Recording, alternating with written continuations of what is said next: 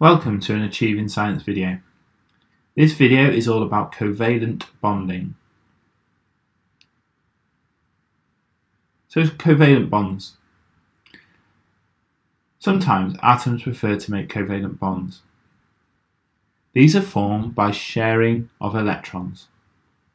But why do they do it? Well, by sharing the electrons, both atoms can have a full outer energy level of electrons.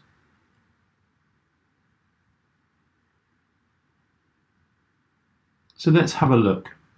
For your exam, there are 7 important structures that you need to be aware of, and you need to be able to draw each of these structures.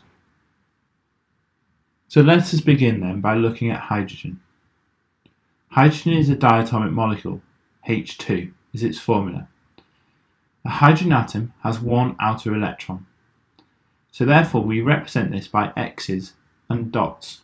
So the X's represent the electrons from one hydrogen atom, and the O's represent those from a second hydrogen atom. They overlap, and this is where they share electrons.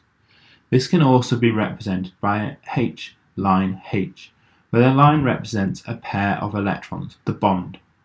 This is a covalent bond, as each atom shares the other atom's one electron in order to have a full outer energy level. Chlorine then, Cl2. This can be shown via the diagram shown on the screen. Chlorine atoms have 7 outer electrons. They therefore are one short of a full outer shell. Therefore they share one electron from each atom, a pair of electrons.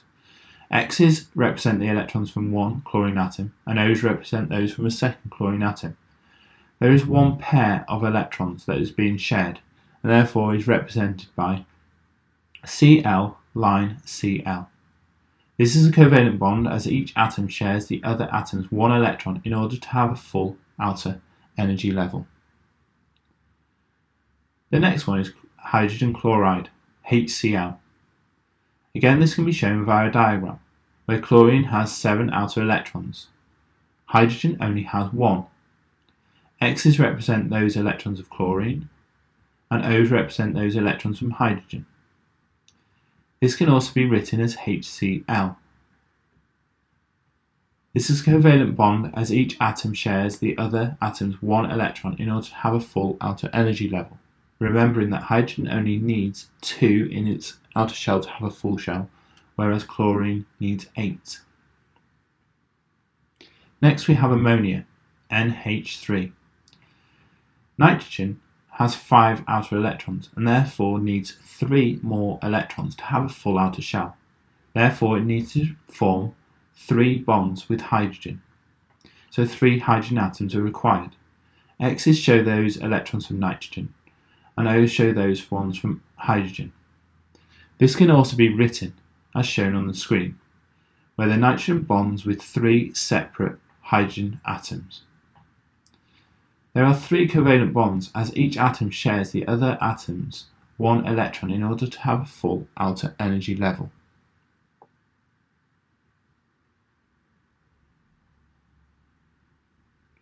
Next we have methane, CH4. The carbon atom has 4 outer electrons, and therefore requires 4 additional electrons to have a full outer energy level. Therefore these are provided by hydrogen, which has 1 outer electron. The X's represent those from carbon atom, and the O's represent the electrons from a hydrogen atom. This can also be written as C with 4 bonds going around it, and H is then attached. There are therefore 4 covalent bonds, as each atom shares the other atom's 1 electron in order to have a full outer energy level.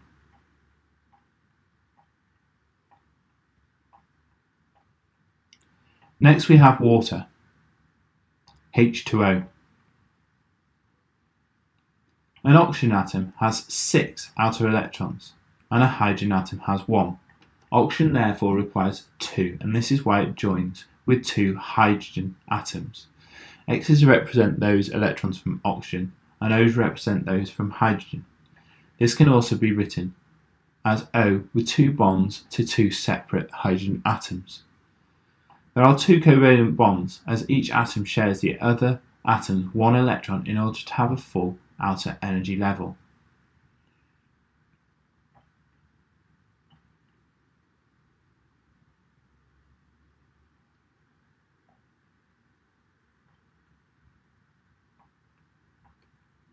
Next we have oxygen, O2. Oxygen is found in group 6 of the periodic table, therefore this identifies it as having 6 outer electrons. It requires 2 electrons to have a full outer shell. X's represent the electrons from one atom, and O's represent those from a second oxygen atom. As you can see, there are 2 pairs of electrons, therefore being bonded together. Therefore this is a double bond and represented by 2 single lines between 2 O's. This is a covalent bond as each atom shares 2 electrons in order to have a full outer energy level. This is a double bond as 2 electrons are shared and given the symbol double-lined. Simple molecular substance. Atoms form very strong covalent bonds to form small molecules, e.g. oxygen, hydrogen and water. The attraction between simple molecular substances is very weak. Therefore, not a lot of energy is required to pull them apart. Therefore, they have melting points and boiling points that are very low, as these intermolecular forces are very weak. This means at room temperature, most are liquids or gases. They also do not conduct electricity, as they have no charged particles, i.e. no ions.